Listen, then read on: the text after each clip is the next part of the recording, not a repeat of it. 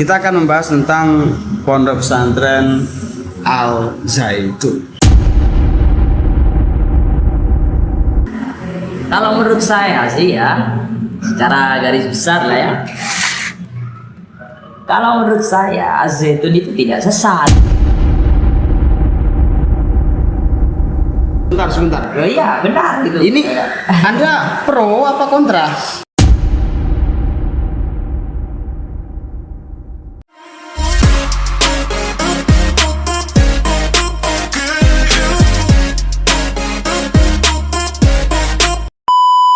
Oke, assalamualaikum warahmatullahi wabarakatuh. Ya, bertemu lagi dengan saya, channel Hikayat Islam.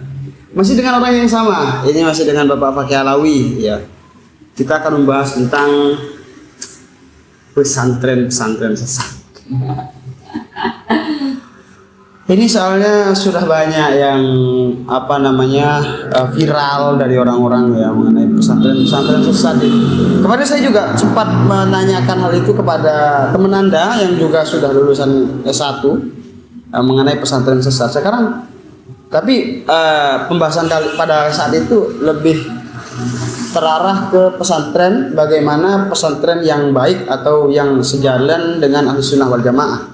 Namun sekarang kita akan menanggapi pesantren sesat itu sendiri ya. Yang lagi viral nih, apa nih? Yang lagi viral apaan? Al Zaitun ya. Al Zaitun. Kita akan membahas tentang Pondok Pesantren Al Zaitun yang dipimpin oleh sosok Panji Gumilang. Bagaimana menurut tanggapan beliau dan bagaimana reaksinya beliau? Apakah marah? Apakah justru biasa saja? Apakah bagaimana? Coba kita langsung ke next video. Oke, Bapak Fakih Alawi, kita akan membahas tentang Pondok Pesantren Al Zaitun yang banyak dibincangkan oleh orang-orang ya. Pondok Pesantren Al Zaitun itu saya sekilas akan memberitahu profil dari Pondok Pesantren Al Zaitun. Pondok Pesantren Al Zaitun itu sudah didirikan pada 30 tahun lebih. Sudah 30 tahun lebih berdirinya Pondok Pesantren Al Zaitun. Tapi pada saat ini Al Zaitun lagi viral disebabkan banyak ajaran-ajaran ataupun sesuatu yang melenceng, yang dianggap melenceng sesat daripada agama Islam. Seperti Al-Quran itu buatan Nabi Muhammad dan juga Al-Quran itu Iya memang begitu kan? Banyak kan yang mengatakan Al-Quran itu karangannya Nabi Muhammad, mazhab dia itu bukan mazhabul arba'ah tapi mazhab Soekarno. Nah itu. Lah, jadi menurut Anda, langsung kita to the point ke pertanyaannya saja. Sebenarnya menurut Anda menanggapi tentang Pondok Pesantren Al Zaitun itu bagaimana, Mas Fakih? Ya, kalau menurut saya sih ya, secara garis besar lah ya. Kalau menurut saya, Al Zaitun itu tidak sesat. Sebentar.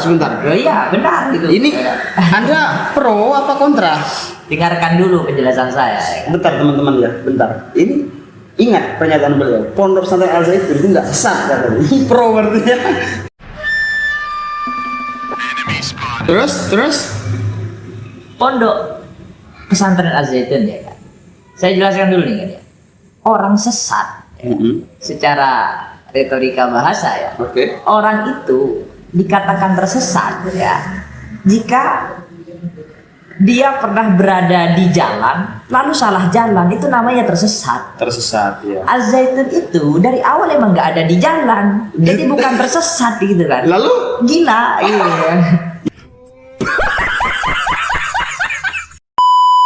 Jadi menurut beliau itu tidak sesat, karena orang sesat itu memang orang yang pernah ada di jalan kemudian salah jalan gitu. Jadi kalau Al Zaitun itu nggak ada di jalan sama sekali, berarti dia itu ada di trotoarnya gitu ya. Jadi dia dari awal tuh nggak ada di jalan, bukan sesat, emang stres aja mungkin gitu kan. Ya teman-teman, menurut beliau itu Pondok Pesantren Al Zaitun itu nggak sesat, tapi cuman sudah nggak ada di jalan. Saya jelaskan ya kan. Bagaimana? Agama itu kita tidak boleh berpikir tentang agama lalu mencetuskan pendapat baru, itu nggak bisa. Kenapa? Karena agama itu seperti layaknya sebuah pohon yang besar. Maka kan pendapat-pendapat ulama yang kadang berbeda pendapat seperti apa? Ada yang mengatakan Ini haram, ini tidak. harus kunut lah semisal, ada yang mengatakan tidak harus kunut lah pas sholat subuh. Itu sama-sama agama. Kenapa? Karena hal itu muncul dari satu pohon, ya kan? Pendapat itu ibaratkan ranting, jadi harus bermuara terhadap pohon tersebut. Dari akarnya. Dari akarnya, harus dari akar. Semisal ada pohon lain yang tumbuh, ya sama-sama pohon, tapi pohon yang tumbuh itu bukan pohon yang awal, gitu kan? Ini pohon agama, gitu kan? Dan itu pohon apa? Ya bukan pohon agama, mungkin pohon Pohon apa kayak gitu ya? pohon karet lah, mungkin, Mungkin, gitu ya. mungkin itu rumputnya mungkin. Oke, yang memang nggak berguna gitu ya. Itu bukan pohon gitu loh. Oke, Mas Fakih, sekarang saya akan menjabarkan lebih luas itu. Ada pernyataan dari seorang tokoh ya di Indonesia mengenai sosok pemimpin Al Zaitun itu sudah keluar dari agama Islam. Sebab mengatakan bahwa Al-Quran itu bukan kalamullah, bukan kalamnya Allah, tapi itu melainkan itu adalah tulisan Nabi Muhammad atau perkataan Nabi Muhammad. Ya. Apakah betul demikian? Ya betul itu kalau menurut saya. Kenapa? Begini, kita itu kan harus mempercayai kepada Nabi. Gak percaya sama Nabi itu sama apa ya? Tidak percaya apa yang dikatakan Nabi itu kan sama dengan membohongkan argumen kanjeng Nabi, ya kan? Bagaimana mungkin kita percaya kepada pembohong gitu loh? Jadi dia gak percaya kepada argumennya kanjeng Nabi, ya sama dengan dia gak Islam gitu loh, gak percaya pada argumen Nabi, menisbatkan kebohongan kepada Nabi. Maksudnya begini Mas Fakih, maksudnya begini. Al-Quran itu ya, menurut Panji Gumilang, menurut pimpinan Al Zaitun begitu ya, lebih sopannya pimpinan Al Zaitun, Asyik gitu. Wow. Jadi menurut pimpinan Al Zaitun itu mengatakan bahwa Al-Quran itu bukan kalamullah. Al-Quran itu adalah catatan dari tangan Rasulullah sendiri atau ucapan dari Rasulullah sendiri, dan itu oleh salah satu tokoh di Indonesia.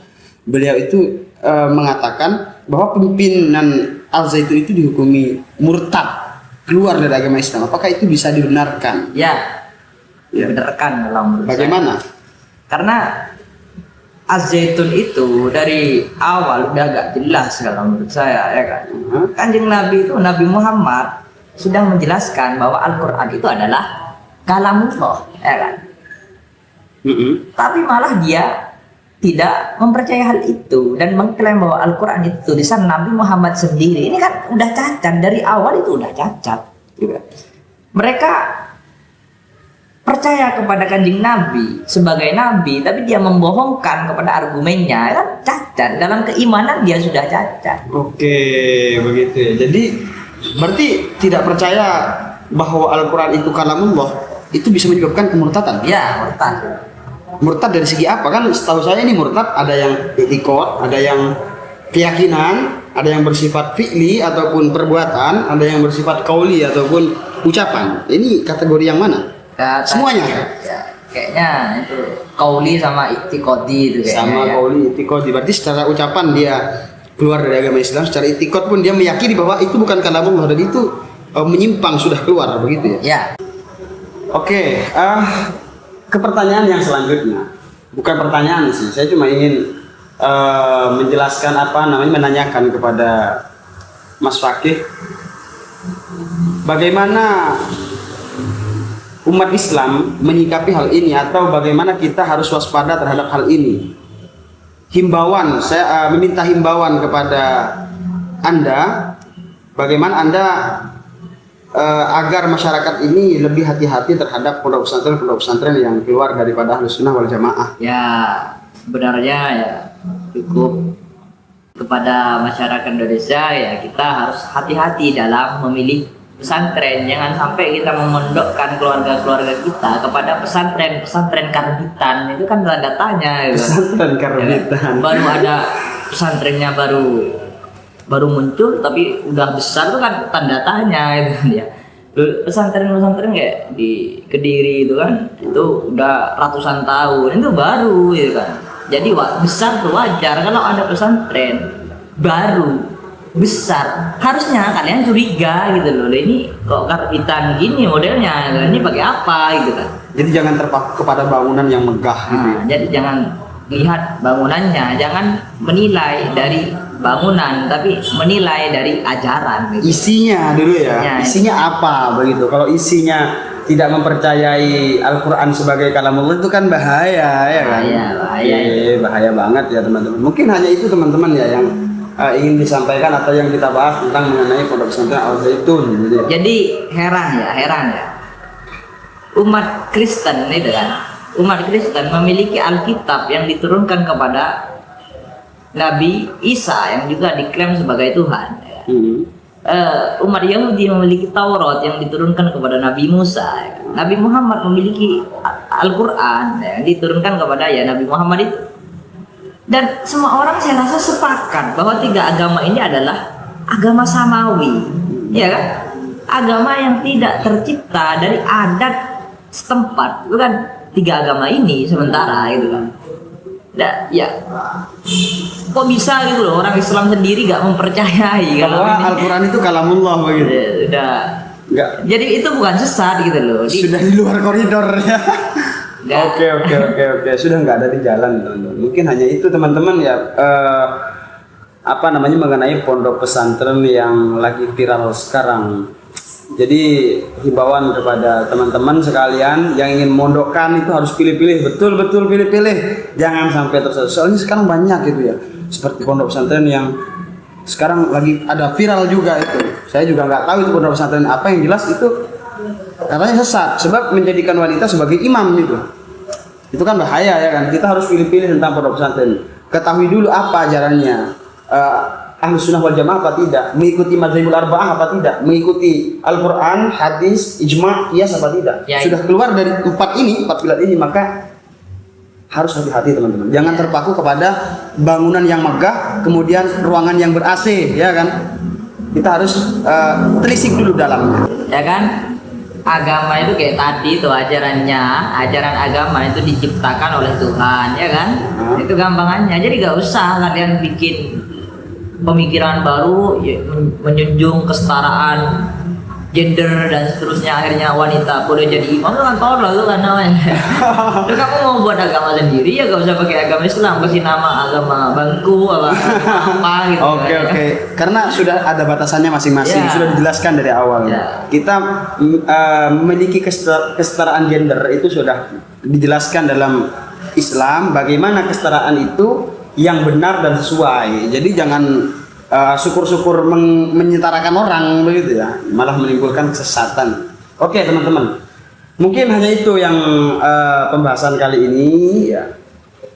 Himbauannya, jadi harap hati-hati dalam memilih pondok pesantren, utamanya yang jelas-jelas menyimpang, agar kita berada terus pada shiratul mustaqim, pada jalan yang tegak dan benar.